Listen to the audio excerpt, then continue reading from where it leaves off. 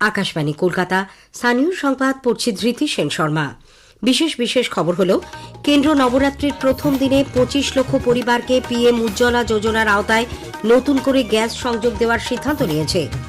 দেবী পক্ষের সূচনায় দেশ জুড়ে আজ পণ্য পরিষেবা কর জিএসটির পরিবর্তিত হার কার্যকর হয়েছে। সরকারি কর্মচারীদের মহার্ঘ ভাতা সংক্রান্ত মামলায় রাজ্য সরকার আজ সুপ্রিম কোর্টে লিখিত বক্তব্য জমা দিয়েছে। বর্ধমান বিশ্ববিদ্যালয়ের রেজিস্ট্রার পদ নিয়ে বিতর্কের জেরে উপাচার্যের পর এবার থানায় অভিযোগ দায়ের করেছেন রেজিস্ট্রার সুজিত কুমার চৌধুরী। উত্তর পূর্ব বঙ্গোপসাগর ও সংলগ্ন এলাকায় সৃষ্ট ঘূর্ণাবর্তটি নিম্নচাপে পরিণত হয়েছে। আগামী 24 ঘন্টায় এটি উত্তর পশ্চিম দিকে অগ্রসর হবে। East Bengal Kolkata premier division league ফুটবলে খেতাব জয় করেছে। আসছি বিস্তারিত খবরে। কেন্দ্র নবরাত্রির প্রথম দিনে 25 লক্ষ পরিবারকে পিএম উজ্জ্বলা যোজনার আওতায় নতুন করে গ্যাসের সংযোগ দেওয়ার সিদ্ধান্ত নিয়েছে। যে সমস্ত মা ও বোন আজ এই প্রকল্পের সঙ্গে যুক্ত হলেন, প্রধানমন্ত্রী নরেন্দ্র মোদী তাদের সকলের প্রতি শুভেচ্ছা জানিয়েছেন। সামাজিক মাধ্যমে এক বার্তায় তিনি বলেছেন, সরকারের এই পদক্ষেপ পবিত্র এই উৎসবকে আরও আনন্দময় করে তুলবে, তাই নয়, নারী ক্ষমতায়নের পথও প্রশস্ত করবে। উল্লেখ্য, 9 দিন ব্যাপী নবরাত্রি উৎসবের আজ সূচনা হয়েছে। রাবণের বিরুদ্ধে রামের বিজয়, অর্থাৎ অশুভ শক্তির বিরুদ্ধে শুভ শক্তির জয়ের প্রতীক এই উৎসব শেষ হবে দশেরা বা বিজয়া দশমীর দিন। এদিকে দেবী পক্ষের সূচনায় দেশ জুড়ে আজ পণ্য পরিষেবা কর জিএসটির পরিবর্তিত হার কার্যকর হয়েছে। প্রধানমন্ত্রী নরেন্দ্র মোদী বলেছেন, সংশোধিত হারে জিএসটি বলবৎ হওয়ার পাশাপাশি জিএসটির সাশ্রয় উৎসবেরও আজ সূচনা হল। জাতির উদ্দেশ্যে গতকাল এক ভাষণে শ্রী মোদী বলেন, পণ্য পরিষেবা করের নতুন হার এক দেশ এক করের স্বপ্নকে বাস্তবায়িত করবে। রাজ্যপাল ডক্টর সিভি আনন্দ বোস বলেছেন, জিএসটি হ্রাস করার ফলে বাংলা উপকৃত হবে এবং যা কিছু ভারতে তৈরি করা যায় তা ভারতেই তৈরি করতে হবে, আর কেনাকাটার সময় মেড ইন ইন্ডিয়া জিনিসকে অগ্রাধিকার দিতে হবে। জিএসটি সংস্কারের ফলে বাংলা এমন একটা রাজ্য হবে যা ব্যাপকভাবে উপকৃত হবে। জিএসটি সংস্কার নিয়ে প্রধানমন্ত্রীর ঘোষণাকে আমি বাংলার মানুষের জন্য পুজোর উপহার হিসাবে দেখছি।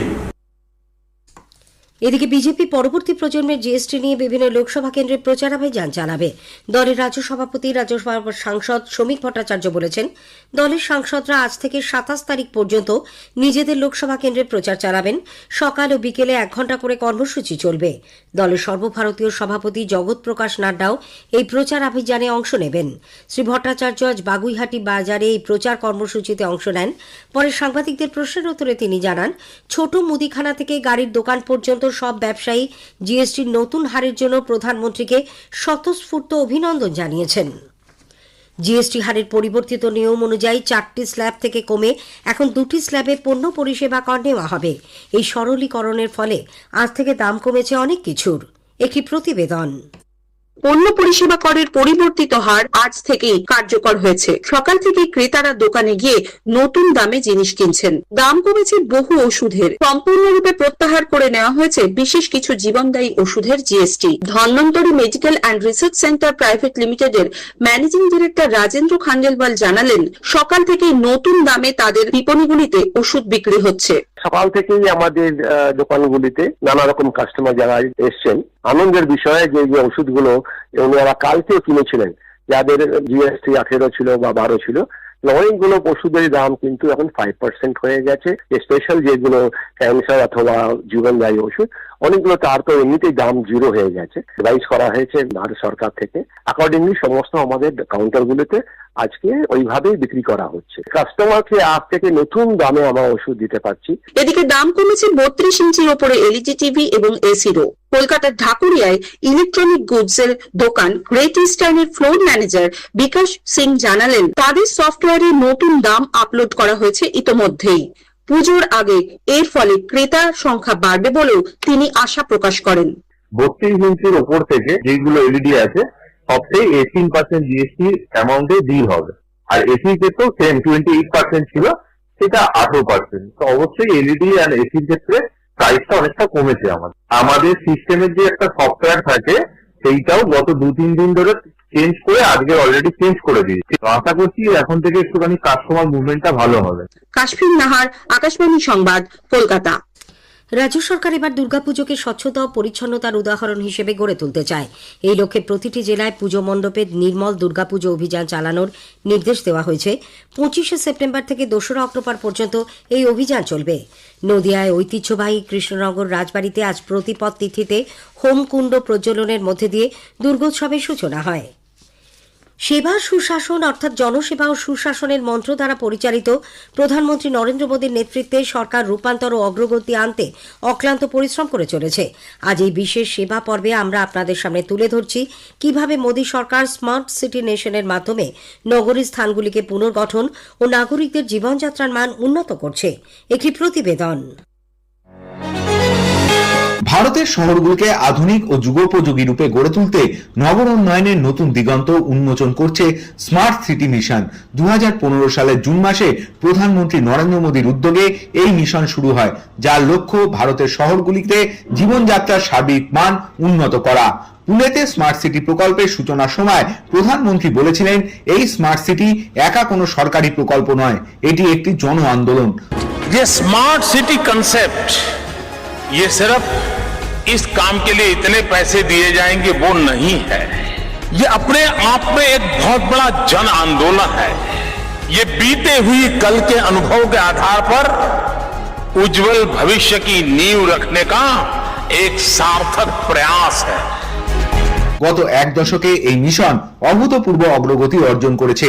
8,000-এরও বেশি প্রকল্পের মধ্যে প্রায় 94% ইতিমধ্যে সম্পন্ন হয়েছে। মোট বিনিয়োগের পরিমাণ দাঁড়িয়েছে প্রায় 1.64 লক্ষ কোটি টাকা। স্কুলের ডিজিটাল শ্রেণীকক্ষ তৈরি, জনস্থানগুলির পুনঃসংস্কার এবং রাস্তাগুলিকে আরো আলোকিত ও নিরাপদ করে তোলা হয়েছে।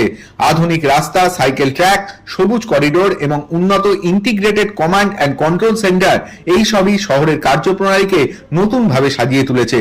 স্মার্ট সিটি মিশনের 10 বছর পূর্তিতে এর প্রভাব সারা দেশে দৃশ্যমান। এই মিশন আজ ঐতিহাসিক পদক্ষেপ, যা নতুন ভারতের নগর উন্নয়নের সংজ্ঞা পুনর্নির্ধারণ করেছে। অভিরূপ ভট্টাচার্য, আকাশবাণী সংবাদ, কলকাতা। কর্মসূচির অধীনে আজ শুনবেন ডিজিটাল ইন্ডিয়ার ওপর বিশেষ আলোচনা। কলকাতার national institute of electronics and information টেকনোলজির বিজ্ঞানী ডক্টর কল্যাণ বৈতালের সঙ্গে কথা বলেছেন সন্দীপন দাশগুপ্ত। আলোচনাটি শোনা যাবে রাত 9:30 গীতাঞ্জলি ও ডিটিএইচ বাংলা পরিষেবায়। প্রধানমন্ত্রী নরেন্দ্র মোদী আগামী রবিবার 28শে সেপ্টেম্বর আকাশবাণীতে মন কি বাত অনুষ্ঠানে তার চিন্তাভাবনা দেশ বিদেশের মানুষের সঙ্গে ভাগ করে নেবেন। এটি হবে মন কি বাতের 126তম পর্ব। স্থানীয় সংবাদ শুনছেন আকাশবাণী কলকাতা কেন্দ্র থেকে। সরকারি কর্মচারীদের মহার্ঘ ভাতা সংক্রান্ত মামলায় রাজ্য সরকার আজ সুপ্রিম কোর্টে লিখিত বক্তব্য জমা দিয়েছে।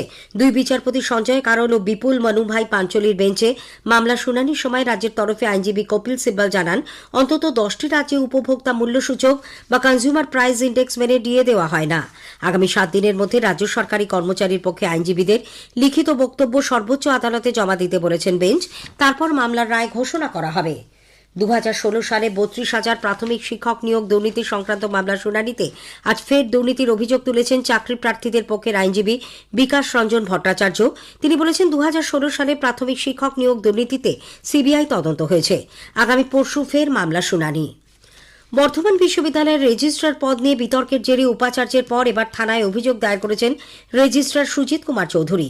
তিনি জানিয়েছেন, 2রা সেপ্টেম্বর উচ্চশিক্ষা দপ্তর তাকে রেজিস্ট্রার পদে পুনর্বহালের যে নির্দেশ দেয় সেই অনুযায়ী তিনি কাজে যোগ দেন 9 সেপ্টেম্বর। অথচ আজ অফিসে গিয়ে দেখেন তালা ঝুলছে। এর আগে বিশ্ববিদ্যালয়ের উপাচার্য শঙ্কর কুমার নাথও বর্ধমান থানায় অভিযোগ দায়ের করেছিলেন। সুজিত চৌধুরী জোর করে রেজিস্ট্রারের পদ দখল করে রেখেছে।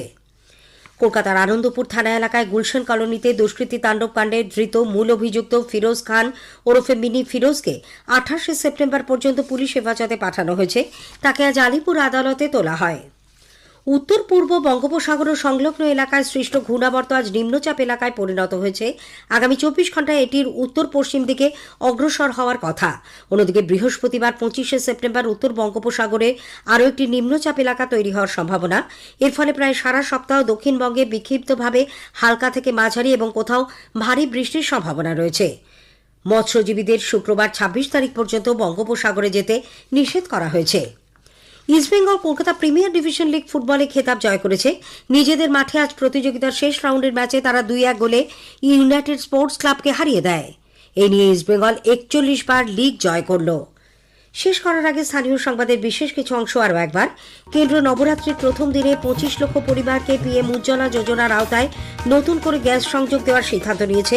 দেবী পক্ষের সূচনায় দেশ জুড়ে আজ পণ্য পরিষেবা কর জিএসটির পরিবর্তিত হার কার্যকর হয়েছে। East Bengal Kolkata premier division league ফুটবলে খেতাব জয় করেছে। স্থানীয় সংবাদ